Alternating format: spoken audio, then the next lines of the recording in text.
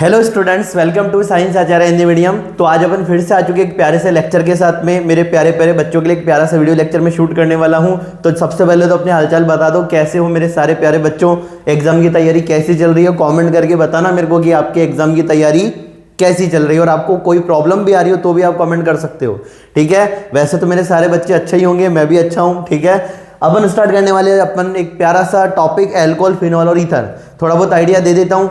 मैंने आपको बोला था मैं क्लास 12 के लिए आरबीएससी बोर्ड के लिए इंपॉर्टेंट क्वेश्चन की सीरीज लेके आ रहा हूं, जिसमें मैंने आपको कौन कौन से चैप्टर बता दिए अभी तक। विलियन फिजिकल केमिस्ट्री का चैप्टर अपन ने कर लिया है, उसके अलावा डी तथा एफ ब्लॉक के तत्व भी अपन ने कवर कर लिया, कोऑर्डिनेशन कंपाउंड भी कर लिया, ऑर्गेनिक के अपन ने हेलोएल्केन हेलोएरिन को फिनिश कर लिया। इंपॉर्टेंट क्वेश्चंस की सीरीज में जहां पे मैंने आपको बोला है अगर आप इनको अच्छे से फॉलो करते हो तो आपको 56 में से 50+ नंबर देखने को मिलेंगे आपके, ठीक है, अगर अच्छे से फॉलो करते हो, ठीक है। उसके अलावा मैं बात करूं जैव अणु का वीडियो भी आपको देखने को मिल गया होगा।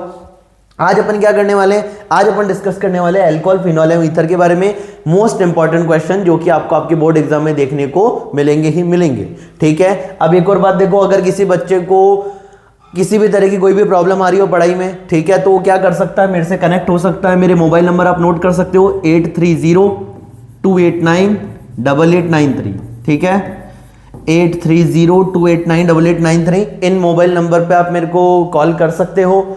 एक और बात, अगर मैं अटेंड नहीं कर पा रहा हूं, मान लो मैं क्लास वगैरह ले रहा हूं, कहीं बिजी हूं, तो आप मेरे को इन्हीं नंबर पे, ये मेरे व्हाट्सअप नंबर भी है, मैसेज ड्रॉप कर सकते हो। आपको किसी भी तरह की कोई भी समस्या है आप मेरे को बता सकते हो, ठीक है। आपकी समस्या का समाधान मैं बहुत ही जल्द करूंगा, ठीक है। किसी भी तरह की कोई समस्या हो, पढ़ाई से रिलेटेड तो होगी आपको, तो जो भी डाउट हो आप मेरे को व्हाट्सअप कर सकते हो, जल्द से जल्द मैं उसको दूर करने की कोशिश करूंगा। तो ये अपना एक जरिया है जिससे अपन कनेक्ट हो सकते हैं। कमेंट में अपने हालचाल बता दिया करो, ठीक है ना, कैसे क्या सब बढ़िया चल रहा है, एकदम मजे। और तो चलो फिर अपन स्टार्ट करते हैं अपना टॉपिक अल्कोहल, फिनॉल तथा ईथर। फर्स्ट क्वेश्चन स्टार्ट करते हैं। द्वितीयक ब्यूटिल अल्कोहल का आईयूपीएसी नाम है, संरचना सूत्र बताइए। ये द्वितीयक ब्यूटिल अल्कोहल क्या है, तो देखो ब्यूटिल मतलब कितने कार्बन, 4 कार्बन। द्वितीयक ब्यूटिल का मतलब है, देखो द्वितीयक ब्यूटिल अल्कोहल में पहली बात तो यहाँ पे 4 कार्बन हो गए ब्यूटिल। सेकंड अल्कोहल है इसमें, और अल्कोहल देखो सेकेंडरी ब्यूटिल पे, सेकेंडरी ब्यूटिल समझते हो, अल्कोहल ऐसे कार्बन से कनेक्टेड होगा जिसकी डिग्री क्या होगी, 2 डिग्री। अब देखो अल्कोहल जिस कार्बन से कनेक्टेड हो, कार्बन आगे 2 कार्बन से कनेक्टेड है, तो मैं इसको बोलूंगा ये एक प्रकार का मेरे पास क्या है, द्वितीयक ब्यूटिल अल्कोहल। अब यहाँ पे कार्बन की वैलेंस ऊपर ही कर दो, CH3, 1 बॉन्ड बना रहा है तो 3 हाइड्रोजन, 3 बॉन्ड बना रहा है तो 1 हाइड्रोजन, 2 बॉन्ड बना रहा है 2 हाइड्रोजन, 1 बॉन्ड बना रहा है 3 हाइड्रोजन। तो ये अपना बन गया द्वितीयक ब्यूटिल अल्कोहल। अब अपने को इसका क्या लिखना है, आईयूपीएसी नाम। संरचना तो अपन ने बना दी, आईयूपीएसी नाम लिखना है। अब आप लोगों को पता है अपन नंबरिंग उधर से स्टार्ट करते हैं जिधर से अल्कोहल कहां पड़े मेरे पास में, मतलब नंबरिंग उधर से शुरू करनी है जिधर से अल्कोहल से कनेक्टेड कार्बन को मिनिमम नंबर मिले। कि सर इधर से करेंगे तो 1 2 3 पे आएगा अल्कोहल, इधर से कर रहे हैं तो 2 पे आ रहा है अल्कोहल। अब इसका अपने को नेम लिखना। अब देखो आईयूपीएसी नेम लिखना बहुत ही आसान है। अगर मैं बात करूं आईयूपीएसी नेम के फॉर्मूले के बारे में, तो टोटल उसमें 5 पार्ट्स होते हैं। कौन कौन से, सबसे पहले अपन लिखते हैं 2 डिग्री प्रीफिक्स, उसके बाद अपन लिखते हैं 1 डिग्री प्रीफिक्स, 2 डिग्री प्रीफिक्स, उसके बाद में अपना 1 डिग्री प्रीफिक्स, फिर अपन क्या लिखते हैं, वर्ड रूट, फिर अपन क्या लिखते हैं 1 डिग्री सफिक्स, और सबसे लास्ट में अपन क्या लिखते हैं 2 डिग्री सफिक्स। अब जल्दी से आपको आइडिया दे देता हूं, 1 मिनट में आईयूपीएसी नोमेनक्लेचर खत्म करता हूं। 2 डिग्री प्रीफिक्स में अपन लिखते हैं सब्स्टिट्यूएंट्स, जिसको कि अपन बोलते हैं प्रतिस्थापी, प्रतिस्थापियों के नाम लिखते हैं, जैसे फ्लोरो, क्लोरो, ब्रोमो, आयोडो, मैथिल वगैरह, नाइट्रो वगैरह। सेकंड चीज 1 डिग्री प्रीफिक्स। 1 डिग्री प्रीफिक्स में अपन किसका नाम लिखते हैं, अगर मेरा कोई कंपाउंड साइक्लिक है तो उसके नाम के आगे साइक्लो लगा दिया जाता है। वर्ड रूट की बात करें, अब देखो अगर कोई कंपाउंड साइक्लिक है, 1 डिग्री प्रीफिक्स पे आते हैं वापस से, अगर कोई कंपाउंड साइक्लिक है तो नाम के आगे साइक्लो लगाएंगे, अगर कोई कंपाउंड साइक्लिक नहीं है तो उसके नाम के आगे अपन कुछ भी नहीं लिखेंगे। वर्ड रूट सबको पता है, 1 carbon meth, 2 carbon eth, prop, but, pent, hex, hept, oct, ठीक है ना। 1 डिग्री सफिक्स की बात करते हैं। 1 डिग्री सफिक्स में एल्केन के लिए अपन लगाते हैं एनी, एल्कीन के लिए ईएनई, और एल्काइन के लिए वाईएनई, मतलब एनी, ईएनई और वाईएनई। और जो अपना 2 डिग्री सफिक्स में अपन लिखते हैं फंक्शनल ग्रुप, क्रियात्मक समूहों के नाम। जैसे अल्कोहल में अपन क्या लगाते हैं पीछे, ऑल, ठीक है। कीटोन में क्या लगाते हैं, ओएनई, ठीक है, ऑन। एल्डिहाइड में क्या लगाते हैं, एल। कार्बोक्सिलिक एसिड में क्या लगाते हैं, ओइक अम्ल, ठीक है ना। अब इसका नेम लिखना है अपने को। तो यहाँ पे कोई अपने, अगर मैं बात करूं, कोई भी प्रतिस्थापी नहीं है, कंपाउंड साइक्लिक भी नहीं है, इसका मतलब यहाँ पे 2 डिग्री 1 डिग्री प्रीफिक्स काम में नहीं आएगा। 4 कार्बन को क्या बोलेंगे अपन, ब्यूट बोलेंगे, तो मैंने लिख दिया ब्यूट, ठीक है। फिर 1 डिग्री सफिक्स में ये जो अपने कार्बन है यहाँ पे कहीं पे भी डबल ट्रिपल आपको नजर नहीं आ रहे, मतलब सिंगल है, इसलिए अपन लगाएंगे एन। तो ब्यूटेन। अब एल्कोहल कौन से नंबर पे, 2 नंबर पे, तो ब्यूटेन 2 ऑल। अरे क्या नाम हो गया, ब्यूटेन 2 ऑल। एक और बात जो आप लोगों को कमेंट में बतानी है, सुनना ध्यान से, यहां पे ANE, एन में वैसे एन ही होता है, अब यहाँ पे ई कहाँ गया जल्दी से बताओ। अब आपको कमेंट करके बताना है कि ये एन का मैंने ई क्यों नहीं लगाया यहाँ पे, ठीक है। इसका नेम है ब्यूटेन 2 ऑल, ये ई क्यों नहीं लगाया, ये आपको कमेंट में बताना है कि यहाँ पे ई अपन ने क्यों नहीं लगाया है, ठीक है।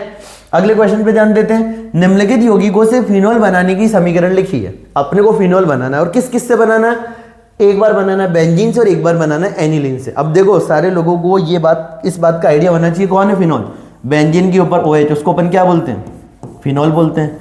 बेंजीन के ऊपर NH2 उसको क्या बोलते हैं अपन, एनिलीन बोलते हैं। और बेंजीन तो आप लोग जानते ही हो, ठीक है, ये अपनी बेंजीन। अरे बात समझ आ रही है क्या।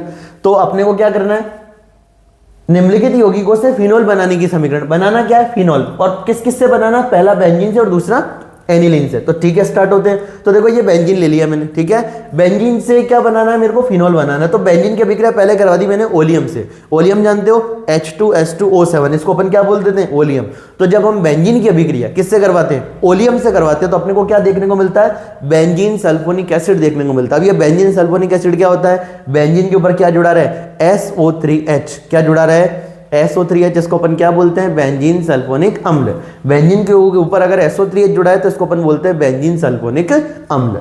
आगे बात करते हैं, जब बेंजीन सल्फोनिक अम्ल की अभिक्रिया अपन किससे करवा रहे हैं, NaOH से और साथ में H+ से, ठीक है, सोडियम हाइड्रोक्साइड और उसके साथ में H+, मतलब कहीं ना कहीं से अपने को अम्लीय माध्यम यहाँ पर रखना है, अम्ल की उपस्थिति में अभिक्रिया करवा रहे हैं। तो ये बात अपन ने पढ़ भी रखी है, जब हम सल्फोनिक बेंजीन सल्फोनिक अम्ल की अभिक्रिया NaOH और H+ की उपस्थिति में करवाते हैं तो अपने को क्या देखने को मिलता है, फिनोल देखने को मिलता है।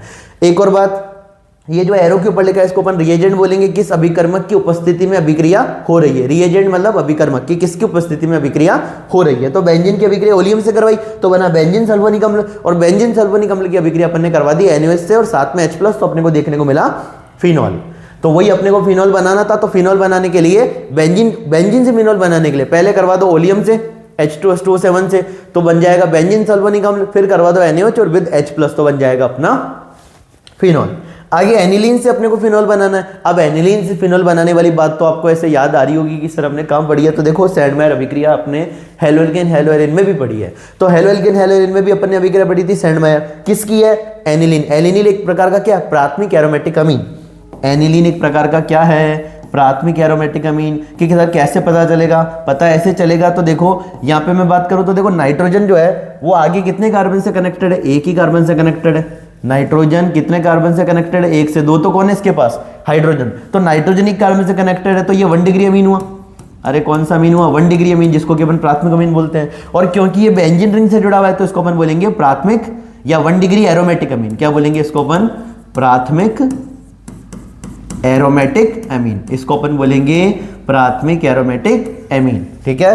तो ये प्राथमिक एरोमेटिक अमीन है अपनी एनिलीन। क्या नाम है इसका, एनिलीन। बेंजीन के ऊपर अगर NH2 हो तो उसको अपन एनिलीन बुलाते हैं। अब इसकी अभिक्रिया अपन किससे करवा रहे हैं, NaNO2 प्लस HCl से 273 से 278 केल्विन या 0 से 5 डिग्री सेल्सियस। दोनों बातें लिख सकते हैं, डिग्री सेल्सियस और केल्विन यूनिट में ही अंतर है। 273 से 278 केल्विन या 0 से 5 डिग्री सेल्सियस। तो अपन एनिलीन से क्या बना देते हैं, बेंजीन डाइजोनियम क्लोराइड। अब देखो बेंजीन डाइजोनियम क्लोराइड क्या है, तो देखो बेंजीन बना दो पहले तो, कि हाँ सर ये रहा हमारा बेंजीन, ये बेंजीन। डाइएजोनियम मतलब कितना नाइट्रोजन, 2 नाइट्रोजन। अब डाइएजोनियम, आईयूएम कहाँ लगता है, जहाँ पे पॉजिटिव चार्ज होता है। और बेंजीन डाइएजोनियम के बाद क्लोराइड मतलब Cl-। Benzene diazo 2 nitrogen, positive charge मतलब आईयूएम, डाइएजोनियम, और ये Cl- मतलब क्लोराइड। तो जब अपन एनिलीन की अभिक्रिया NaNO2 प्लस HX, ठीक है, NaNO2 प्लस HX, और HX में अपन यहाँ पे क्लोरीन ले लिया, NaNO2 प्लस HCl से करवाते हैं, ठीक है। 273 से 278 केल्विन या 0 से 5 डिग्री सेल्सियस। तो अपने को देखने को मिलता है बेंजीन डाइजोनियम क्लोराइड। और जब हम बेंजीन डाइजोनियम क्लोराइड को वाटर की प्रेजेंस में गर्म करते हैं, वाटर की प्रेजेंस में क्या कर रहे हैं, गर्म कर रहे हैं, या वार्म वाटर दे रहे हैं, गर्म वाटर की प्रेजेंस में रिएक्शन करवा रहे हैं, तो क्या होगा यहाँ पे अपने को देखने को मिलेगा फिनोल। यहां से क्या देखने को मिलेगा, फिनोल। साथ में कौन सी गैस दिखनी, नाइट्रोजन, और साथ में HCl। मेन प्रोडक्ट अपने को क्या बना देना है, फिनोल। तो अगर आपको एनिलीन से फिनोल बनाना है, अगर अपने को एनिलीन से फिनोल बनाना है तो पहले अभिक्रिया करवा दो NaNO2 प्लस HCl 273 से 278 केल्विन, 0 से 5 डिग्री सेल्सियस, दोनों बातें, ठीक है। तो बनेगा बेंजीन डाइजोनियम क्लोराइड, ठीक है। इसको BDC भी बोल सकते हो, BDC, बेंजीन डाइजीनियम क्लोराइड, और इसको ओपन कर दो, वार्म वाटर की प्रेजेंस में अभिक्रिया करवाएंगे तो बनेगा फिनॉल, साथ में नाइट्रोजन गैस और साथ में अपनी HCl।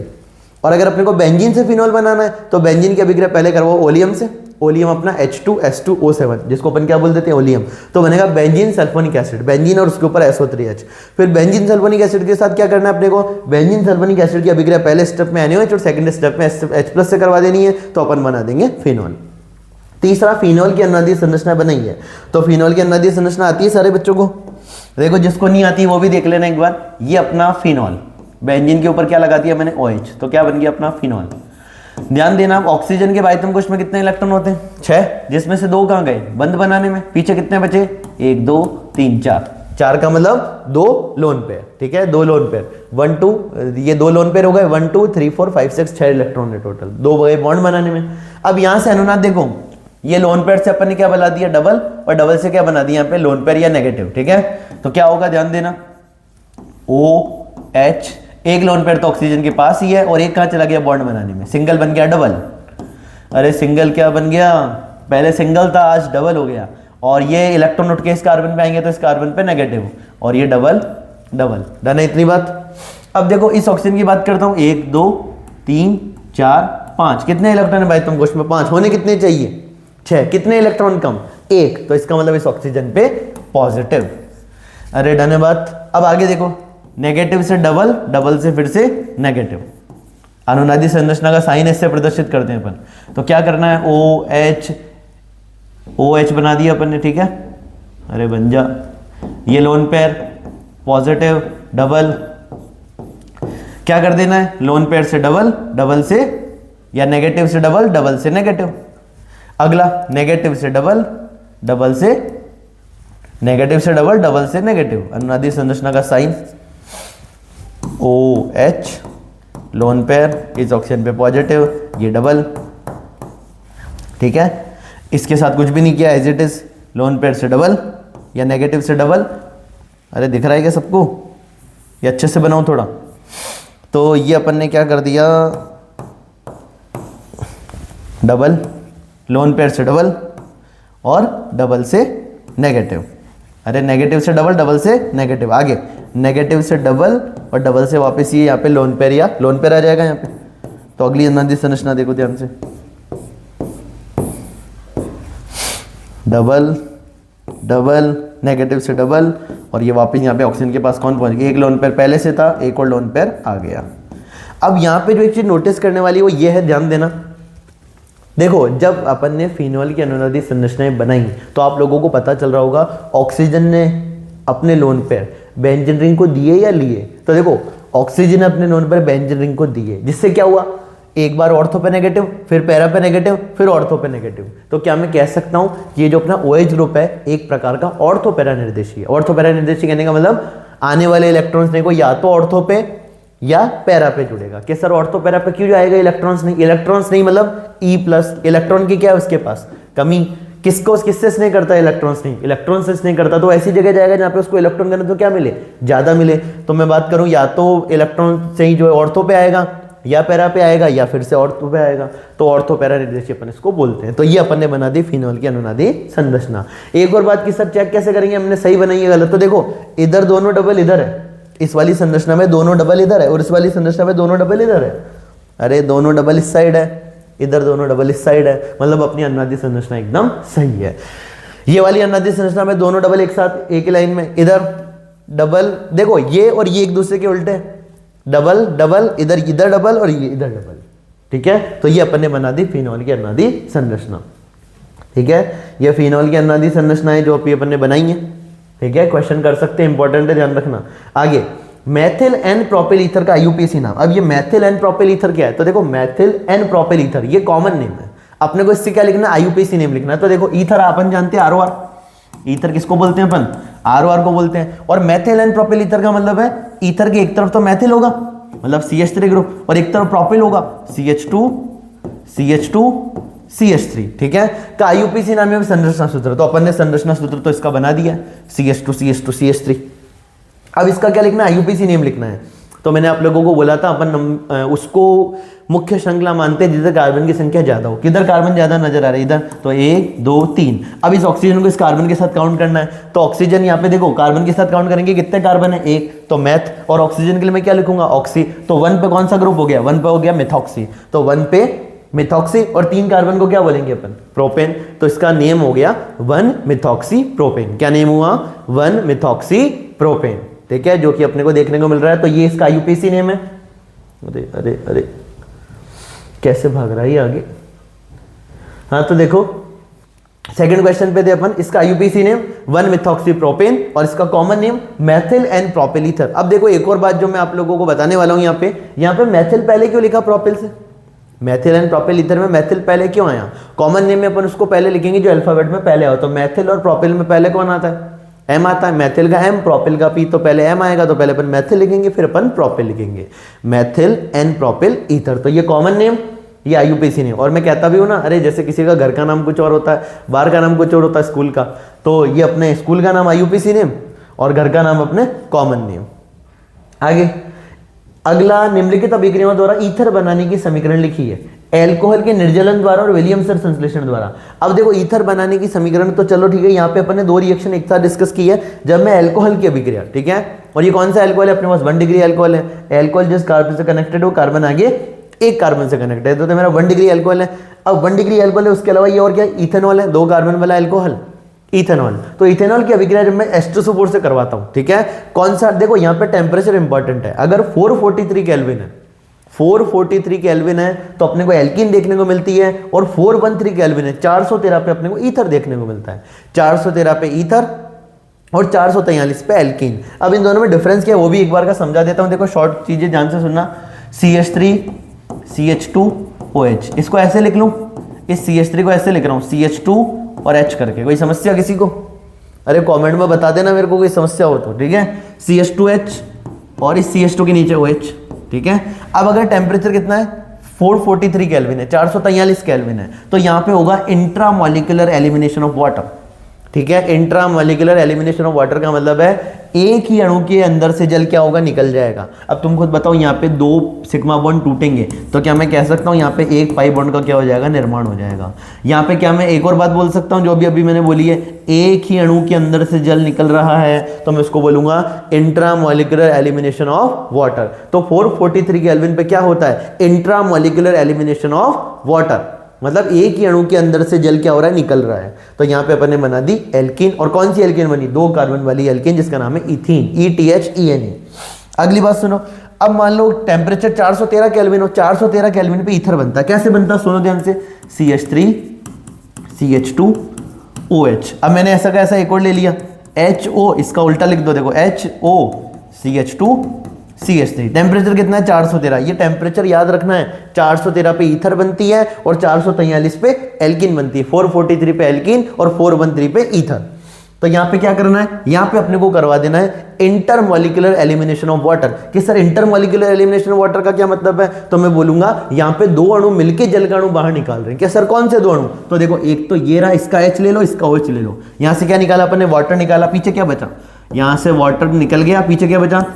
CH3 CH2O CH2 CH3। तो क्या ईथर का निर्माण हो गया? अरे ईथर का निर्माण हो गया, ठीक है। देखो अब इसको CH3 CH2 को अपन क्या बोल सकते हैं? CC C2 3 और 2 5, तो C2H5 O C2H5। तो अपने पास ईथर यहाँ पे देखने को मिली। अब बताओ ये ईथर कैसी है? सम्मित या असम्मित? आपके आरबीसी बोर्ड में एक बार क्वेश्चन आया था, निम्न में से कौन सी सम्मित ईथर है, कौन सी असम्मित ईथर है? ऐसे MCQ भी पूछ लिए जाते हैं आरबीसी बोर्ड में। तो सम्मित असम्मित को कैसे समझेंगे? सुनो ध्यान से। अगर मैं बात करूं ऑक्सीजन के दोनों तरफ, ऑक्सीजन के दोनों तरफ यहाँ पे एक चीज नोटिस करो, ऑक्सीजन के दोनों तरफ कार्बन की संख्या क्या है? 2। इधर भी कितने कार्बन है? 2। मतलब ये कैसी ईथर है? सम्मित ईथर है। ये सिमेट्रिकल ईथर का एग्जाम्पल है।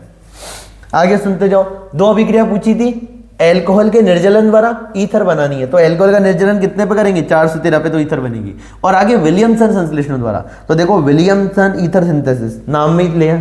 विलियमसन संश्लेषण किसको बनाने का मेथड है? ईथर को बनाने का मेथड है। ईथर बनाने की प्रक्रिया विलियमसन ईथर संश्लेषण, ठीक है। अब यहां पे अगर मैं बात करूं विलियमसन ईथर संश्लेषण की, तो विलियमसन ईथर संश्लेषण कौन सी क्रियाविधि से होता है? SN2 क्रियाविधि से होता है, अपन ने पढ़ा भी था नाभिक स्नेह प्रतिस्थापन अभिक्रियाएं, ठीक है। हेलो एल्केन हेलो एरिन में नाभिक स्नेह प्रतिस्थापन अभिक्रिया न्यूक्लियोफिलिक सब्स्टिट्यूशन रिएक्शन दो प्रकार की होती है, SN1 और SN2।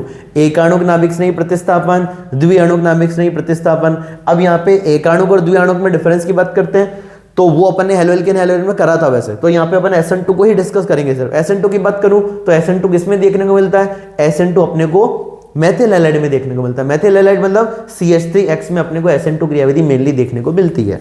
तो जब अपन यहाँ पे क्या करेंगे, देखो SN2 क्रियाविधि जब अपन, और होती भी क्या है, विलियम्सन ईथर संश्लेषण SN2 क्रियाविधि से संपन्न होती है, मतलब द्विअणुक नाभिक स्नेह प्रतिस्थापन क्रियाविधि से संपन्न होती है। तो क्या करना है, ये अपन ने ले लिया RX मतलब अपना एल्किल हैलाइड, और उसकी अभिक्रिया किससे करवा रहे हैं, R-O- Na+। अब ये R-O- Na+ क्या है, इसका नाम है सोडियम एल्कोक्साइड। क्या नेम है इसका, सोडियम एल्कोक्साइड। ऐसे समझो तुम तो, ROH को मैं क्या बोलूंगा, देखो R को मतलब एल्केन, एल्केन का मैंने ले लिया एल्क, ठीक है। और यहाँ पे सिंगल बॉन्ड है मतलब एन आएगा तो एल्केन, और OH को अपन क्या बोलेंगे, ओल, तो नाम बन गया एल्केनॉल। अरे क्या नाम बन गया, एल्केनॉल। अब क्या कर रहे हैं, इस ROH में से मैंने क्या करा, हाइड्रोजन निकाल फेंका, तो ऑक्सीजन पे कौन सा चार्ज आ जाएगा, नेगेटिव। इसको अपन बोलेंगे एल्कोक्साइड। क्या बोलेंगे, एल्कोक्साइड। अब इसके पास कौन आ गया, सोडियम प्लस आ गया, तो इसका नाम क्या बन जाएगा, सोडियम एल्कोक्साइड। क्या नाम बनेगा, सोडियम एल्कोक्साइड, ठीक है। तो मैंने RX जो कि अपना एल्किल हैलाइड, उसकी अभिक्रिया किससे करवा रहा हूं, सोडियम एल्कोक्साइड से करवा रहा हूं। कौन सी क्रियाविधि हो रही है यहाँ पे, SN2 क्रियाविधि हो रही है। यहाँ पे सिंपल सी बात समझो, ये RO- Na+ में, RO- Na+ में नाभिक स्नेही कौन है, अपना RO- है। किस पे अटैक करेगा, RO-, इस R पे अटैक करेगा। X क्या होगा, निकल जाएगा। अपन ने पढ़ा भी था SN2 क्रियाविधि में संक्रमण अवस्था देखने को मिलती है, आने वाला नाभिक स्नेही जो है वो नाभिक स्नेही पीछे से अटैक करता है, X धीरे धीरे बॉन्ड को तोड़ेगा और ये RO- धीरे धीरे बॉन्ड बनाएगा। तो एक पॉइंट ऐसा आता है जहां पे R-O- ये बॉन्ड बना लेता है R के साथ, तो R-O, और इधर भी क्या हो गया, R। अरे इसको ऐसे समझो ना, देखो ये अपना RX एल्किल हैलाइड, इसकी अभिक्रिया किससे करवा रहे हैं, R-O- Na+, सोडियम एल्कोक्साइड से। क्या करना है, अब इसमें RX को इधर लिख देता हूं मैं, ठीक है ना, कोई कंफ्यूजन नहीं होना चाहिए। तो ये RX को इधर लिख दिया। मैंने कहा ये RO- है, नाभिक स्नेह अटैक करता है इस R पे, और धीरे धीरे ये जो X है क्या करता है, बॉन्ड, ये वाला बॉन्ड टूटता जाता है। क्या होगा, R-O- इस R के साथ बॉन्ड बना लेगा, R-O-R, ठीक है। क्या बन गया, ऑक्सीजन के इधर भी R इधर भी R, मतलब ईथर का निर्माण हो गया। और साथ में कौन निकल गया, अरे यहां से Na+ और ये X- के फॉर्म में निकला होगा, तो NX यहाँ पे बॉन्ड बना लेते हैं, बन गया सोडियम हैलाइड, ठीक है। अब बताओ यहाँ पे SN2 क्रियाविधि हो सकती है क्या, अगर ये मैंने लिखा है SN2 क्रियाविधि हो रही है तो कैसे हो रही है। देखो सिंपल सी बात है, यहाँ पे हेलोजन देखो एक ही कार्बन से connected.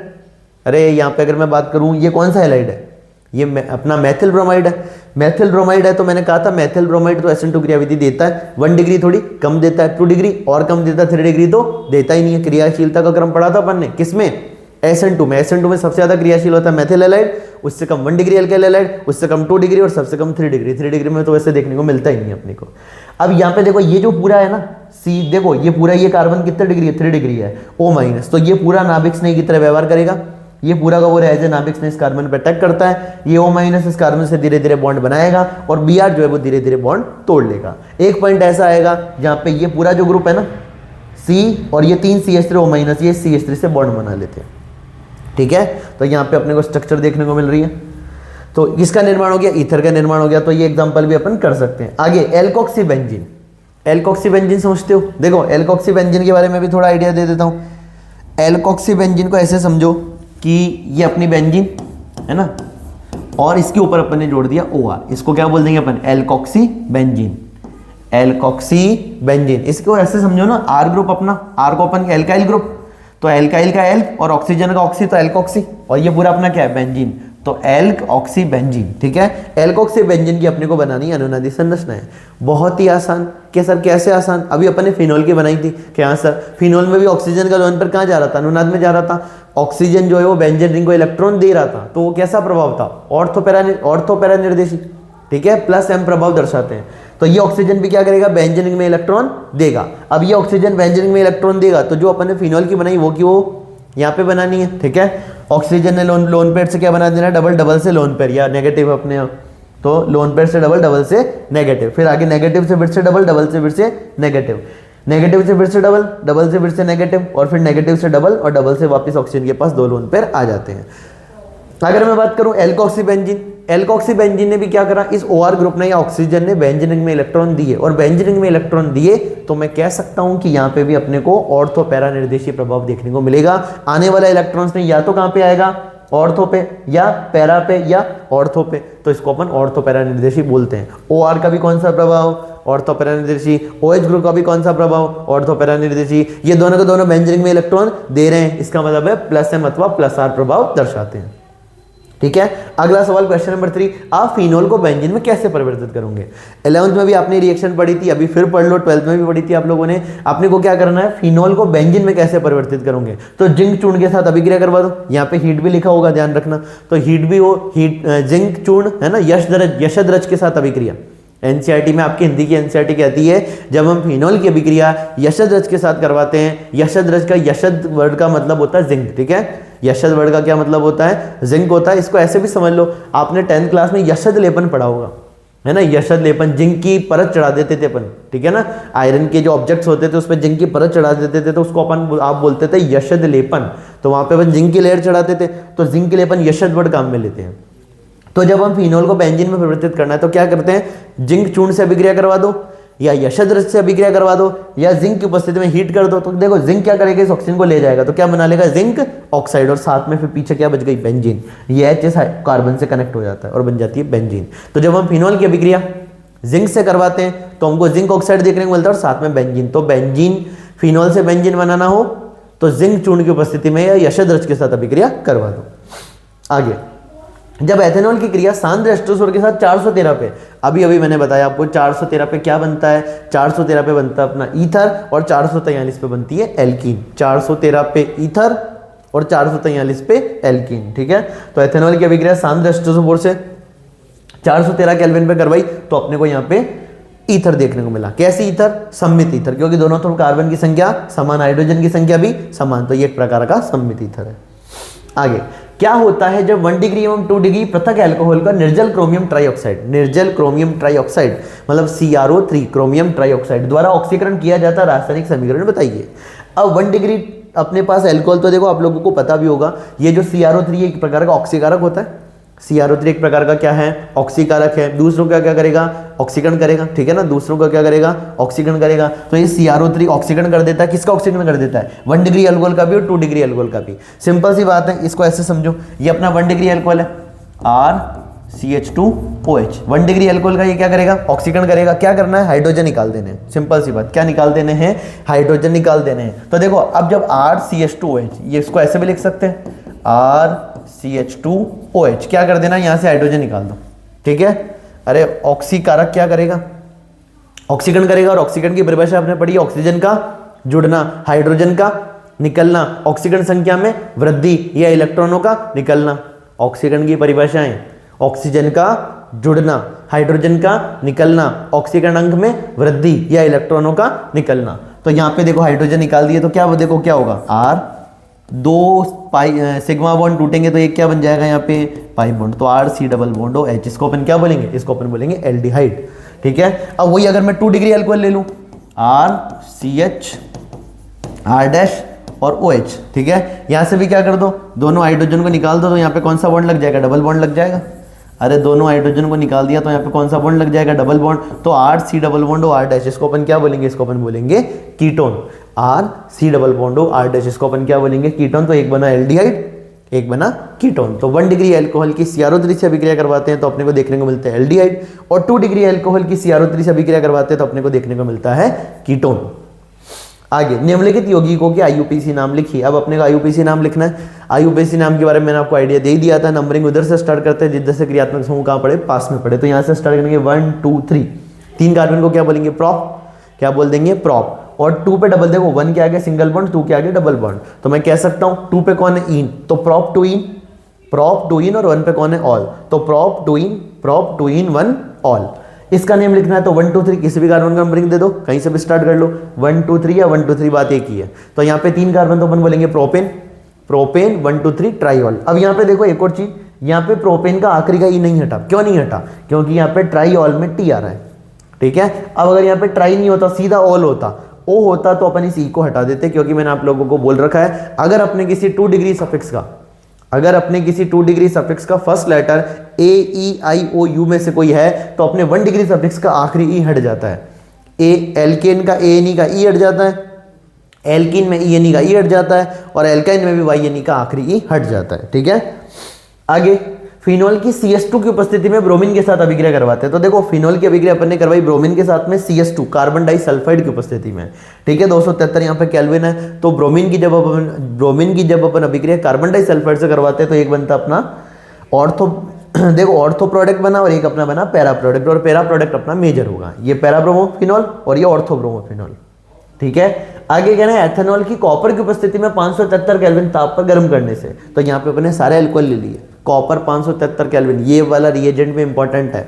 1 degree alcohol copper 573 kelvin पे क्या बनाता है, एल्डिहाइड बनाता है। 2 डिग्री अल्कोहल कॉपर 573 केल्विन पे कीटोन बनाता है, और अपना 3 डिग्री अल्कोहल कॉपर 573 केल्विन पे एल्कीन बनाता है। देखो कुछ भी नहीं करना, हाइड्रोजन निकाल दो यहाँ के, तो एल्डिहाइड बन गया, ये दोनों हाइड्रोजन निकाल दो, कीटोन बन गया, और OH और इस कार्बन के पास से H निकाल दो। यहाँ से जैसे वाटर निकलेगा तो यहाँ पे C डबल बॉन्ड CH2 अपने पास एल्कीन बन गई। ठीक है, तो 1 डिग्री अल्कोहल से एल्डिहाइड, कॉपर 573 केल्विन पे, कॉपर 573 केल्विन जब अपन लेते हैं तो 1 डिग्री अल्कोहल से बनता है एल्डिहाइड, 2 डिग्री अल्कोहल से बनता है कीटोन, और 3 डिग्री अल्कोहल से अपने को एल्कीन देखने को मिलती है। ठीक है, और अब यहाँ पे अपन ने 1 डिग्री देखो, अब ये CH3 CH2OH है, ये अपना CH3 CH2OH, इसकी अभिक्रिया मैंने किससे करवा दी, कॉपर 573 केल्विन।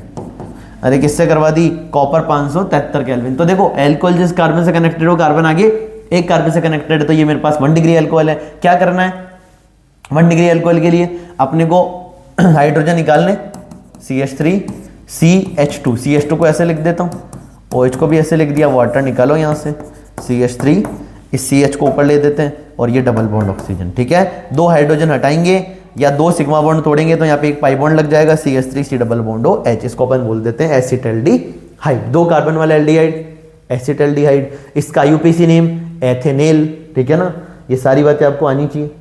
आगे निम्नलिखित यौगिकों के IUPAC नाम लिखिए। अब ये अपने को यौगिक दे रखे, ध्यान से सुनते जाना। अब अपने को वही नंबरिंग किधर से स्टार्ट करनी है, या किसको वर्ड रूट मानना है, जिधर कार्बन की संख्या ज्यादा हो। तो 1 2 3 इधर से अपन नंबरिंग स्टार्ट की। 1 कार्बन को क्या बोलते हैं, मैथ, ऑक्सीजन को ऑक्सी। तो यहाँ पे देखो ये मैथॉक्सी किस पे जुड़ा है, 2 पोजीशन पे, नाम हो गया 2 मैथॉक्सी, और 3 कार्बन को अपन क्या बोल देंगे, प्रोपेन। तो 2 मैथॉक्सी प्रोपेन, 2 मैथॉक्सी प्रोपेन।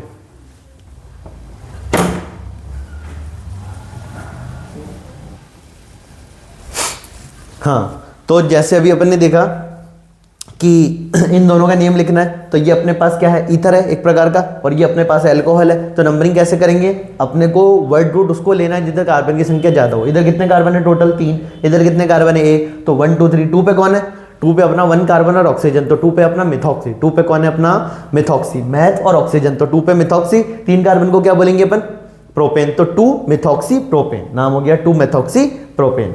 आगे सुनो, अब ये अपने पास अल्कोहल है, नंबरिंग किधर से स्टार्ट करेंगे, जिधर से क्रियात्मक समूह कहां पड़े, पास में पड़े। तो 1 2 3, और 2 पे यहाँ पे कौन है, प्रतिस्थापी, और प्रतिस्थापी के नाम लिखे जाते हैं 2 डिग्री प्रीफिक्स में। तो 2 पे मैथिल, 2 पे कौन हुआ, मैथिल, 2 मैथिल। फिर अपन बात करेंगे 3 कार्बन के लिए क्या बोलेंगे, प्रोपेन, 3 कार्बन को प्रोप, एल्केन का एन, और 1 पे कौन है, ऑल। ठीक है, तो 2 मैथिल प्रोपेनॉल, या इसको अपन ऐसे भी लिख सकते हैं 2 मैथिल प्रोपेन 1 ऑल। आगे निम्नलिखित रासायनिक अभिक्रियाओं के समीकरण लिखिए। ठीक है, पहला फिनॉल की CH2 की उपस्थिति में ब्रोमीन के साथ अभिक्रिया, फिनॉल की CH2 की उपस्थिति में ब्रोमीन के साथ अभिक्रिया। अब ये अभी मैंने ऊपर देखी थी कि जब हम फिनॉल की अभिक्रिया किससे करवाते हैं, ब्रोमीन के साथ CH2 कार्बन डाइसल्फाइड की उपस्थिति में, तो एक तो अपना क्या बनता है, एक बनता है अपना ऑर्थो प्रोडक्ट, एक बार तो ब्रोमीन जुड़ जाता है ऑर्थो पर, एक बार जुड़ जाता है पैरा पे।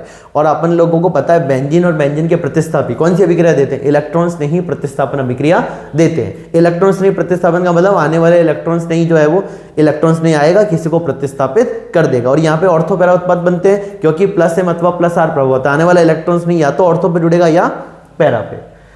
और एथेनॉल की कॉपर की उपस्थिति में, तो एथेनॉल की अभिक्रिया भी अपन ने देख ली। अभी एथेनॉल की, ये एथेनॉल अपना, एथेनॉल की अभिक्रिया कॉपर 573 केल्विन पे जब अपन करते हैं तो क्या बनता है, अपने को यहाँ से हाइड्रोजन निकाल देना है, अपना एल्डिहाइड बन गया।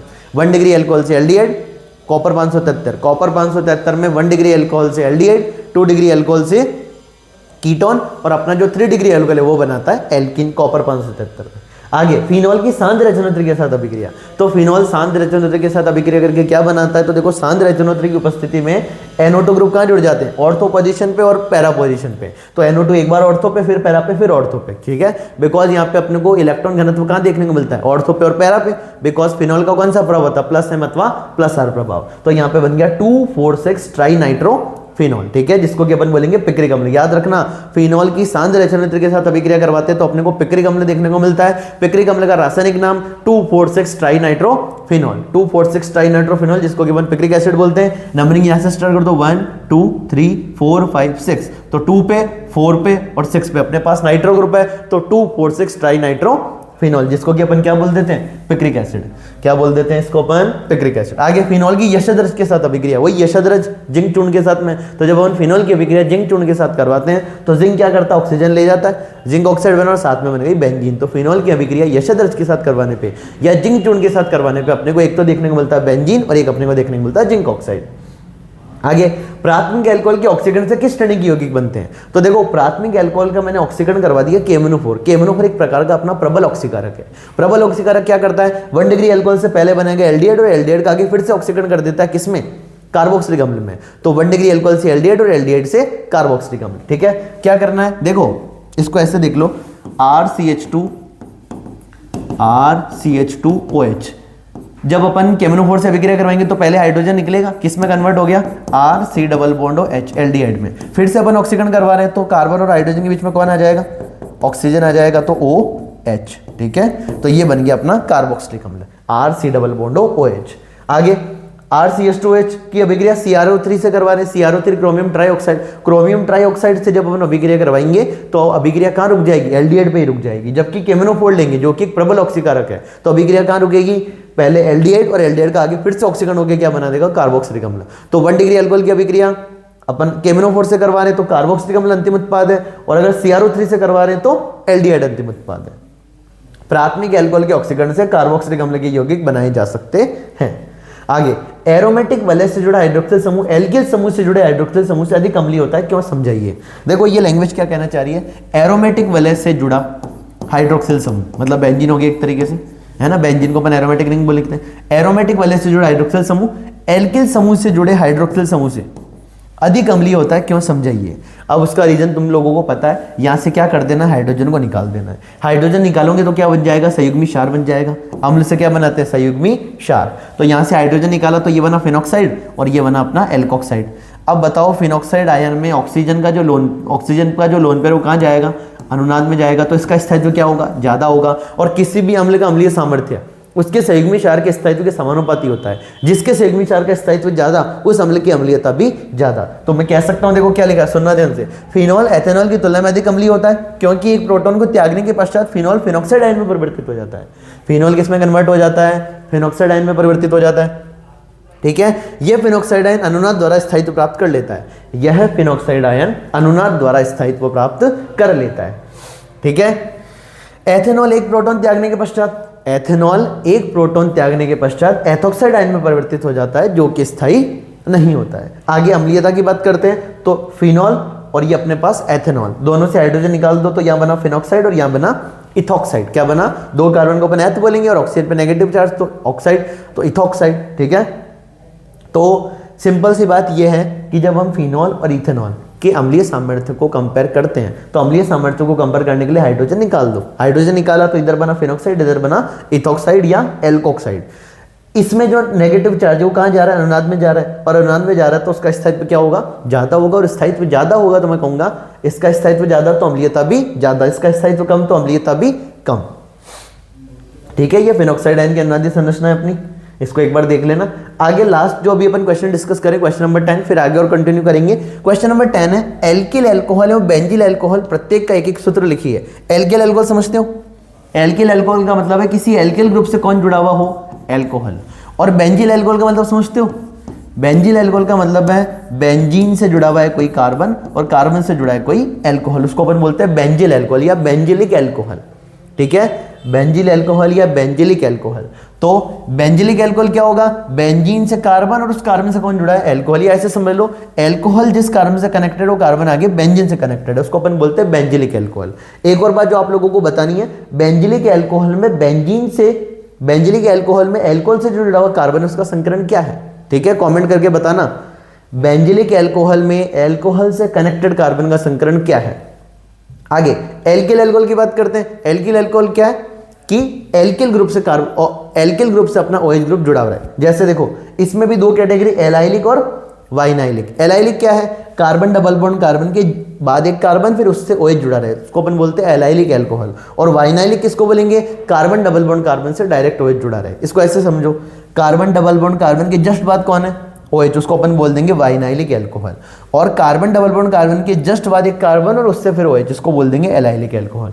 डिफरेंस वाली बात और बता देता हूं, इसके अंदर अल्कोहल देखो, एलाइलिक अल्कोहल में अल्कोहल जिस कार्बन से कनेक्टेड है उस कार्बन को बोलते हैं एलाइलिक कार्बन, और इस एलाइलिक कार्बन का संकरण है sp3। क्या संकरण है, sp3। अब वाइनाइलिक अल्कोहल की बात करता हूं। वाइनाइलिक अल्कोहल में अल्कोहल जिस कार्बन से कनेक्टेड है उस कार्बन का संकरण है sp2। तो ये इन दोनों में डिफरेंस है।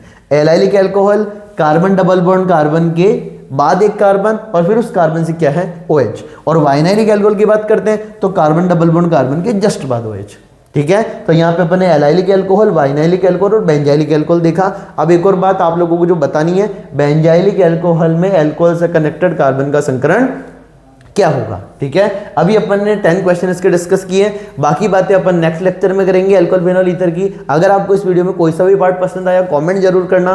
किसी क्वेश्चन में कोई डाउट हो तब भी आप मेरे को बता सकते हो। जब तक आप कमेंट नहीं करोगे मेरे को पता नहीं चलेगा आपको किस टॉपिक पे डाउट है। बाकी बातें अपन अगली क्लास में करेंगे, तब तक के लिए इस चैनल पर बने रहना। बाकी बातें अगली क्लास में। Thank you.